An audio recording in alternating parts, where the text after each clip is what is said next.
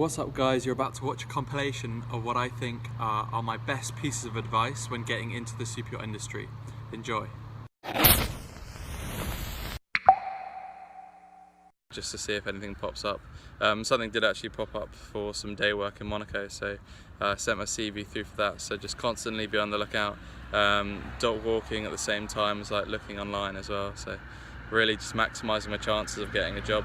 Try not to stick to the same port every time. You're obviously getting more familiar with one particular port, and it's obviously you're kind of in your comfort zone. Like you know exactly where the marina is, you know where the boats are, you kind of know the layout, and you're getting really used to going around that port. But what I would say is branch out to as many ports as you can, because it's kind of a numbers game. If you hand out your CV to say just one marina, you're limited to only those boats. So if you just go to a different port around the corner, so for example I've been based in Antibes and I've been going to Monaco and working my way back to Antibes, stopping off at sort of every port along the way. It just means it's just the numbers game, so you're just handing out your CV to way more boats. It means it gives you a higher chance of actually getting a job. Make sure you always pick up the phone, have your phone on loud, make sure it's not gonna go unnoticed. I just missed a job opportunity from not picking up my phone. Good to know. Add on for day workers for tomorrow. If you want jobs, mate, you have to pick up your phone. Alright, cheers. So you can see that it pays to pick up your phone. So job miss, but I'm not going to dwell on it. I'm going to keep moving forward and keep going on. So I'm just in the middle of the application process. I've sent off about 50 different emails and signed up to about 1 million different agencies looking for a job. And basically I'm just waiting for a response. At this point it's a bit of a waiting game before my flight on Sunday. And then I'll fly to Antibes and go dock walking and hopefully pick up a job that way. Getting a foot in the door is quite hard initially, based on no experience, and all the captains on the yacht aren't going to necessarily want to employ people with no experience, so it's quite hard to get your foot in the door in the first place. So the first step is to sign up with every single agency you possibly can. So what I did was register, like I say, with every single agency, put in all your details, make sure everything's up to date, and you've put down as many, if any, qualifications that you can, and just really fill those out. So that's a good starting point. I just popped into the agency to see what they had to say. Maybe they could give me some advice into blue water. And they basically just ran through a list of jobs that I could apply for, tweaked my profile a little bit, which really helped. It's very unlikely that you'll get a response straight away from those. So the best next move is Facebook. Facebook has a higher response rate and is a lot faster in terms of people connecting, people talking, viewing other people's CVs as well, seeing what's going on there. It's just basically an open canvas, which is just a really good platform to use.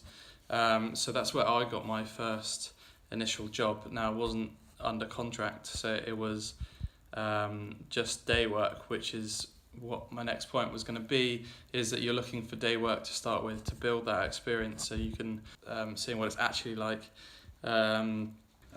Make sure you're not going down to the docks too early. One of the mistakes that I made was I was going down to the docks around like 7, 8 a.m. and the crew just simply aren't out on the boat at that time. They're either like having breakfast or they're kind of doing something maybe inside the boat, and there's not a lot of people to maybe talk to out on deck, so you can't really approach a lot of people at that time, so it's probably not the most efficient. I'm coming across a little bit of a problem at the moment where there's no one actually on deck to talk to like approach them to ask for like jobs and stuff. So I've been sort of just waiting around a little bit for people to come out. Obviously you do want to be there as early as you can get to the boat and approach, so you're looking keen and looking proactive.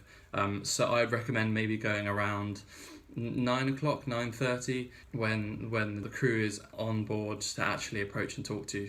And then from there you can dock walk through the rest of the day for however long. Another good time is probably around 4 or 5 when the boat's sort of packing up and everyone's getting ready to leave. Some people might be leaving the boat and you can catch them as they're coming off the passerelle, and you can hand out your CV to them. So what I found from about an hour's of dock walking is that I was probably a little bit too early. There weren't too many people about. A little sort of tip I learned was if you look at the back of the boat where the ensign is, if that's out, if the ensign's flying, then it's likely that the deck crew have been out and sort of put that up, so it means they're more likely to be out. If it's away, then you're less likely to bump into someone and be able to have a chat, so look out for that.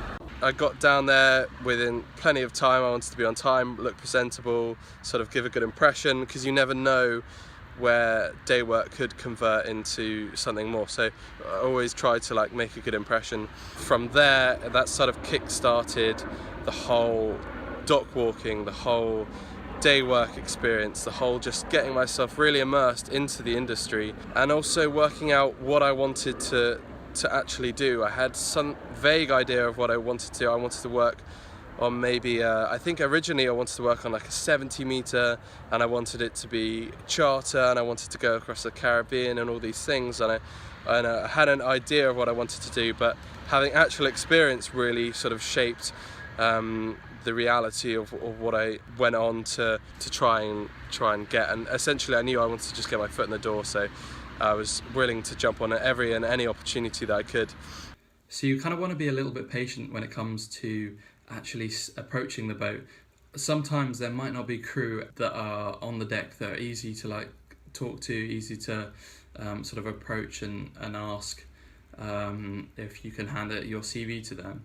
So maybe just wait 30 seconds to a minute. It doesn't have to be too long, but most boats will have a camera and it's pointing towards the passerelle.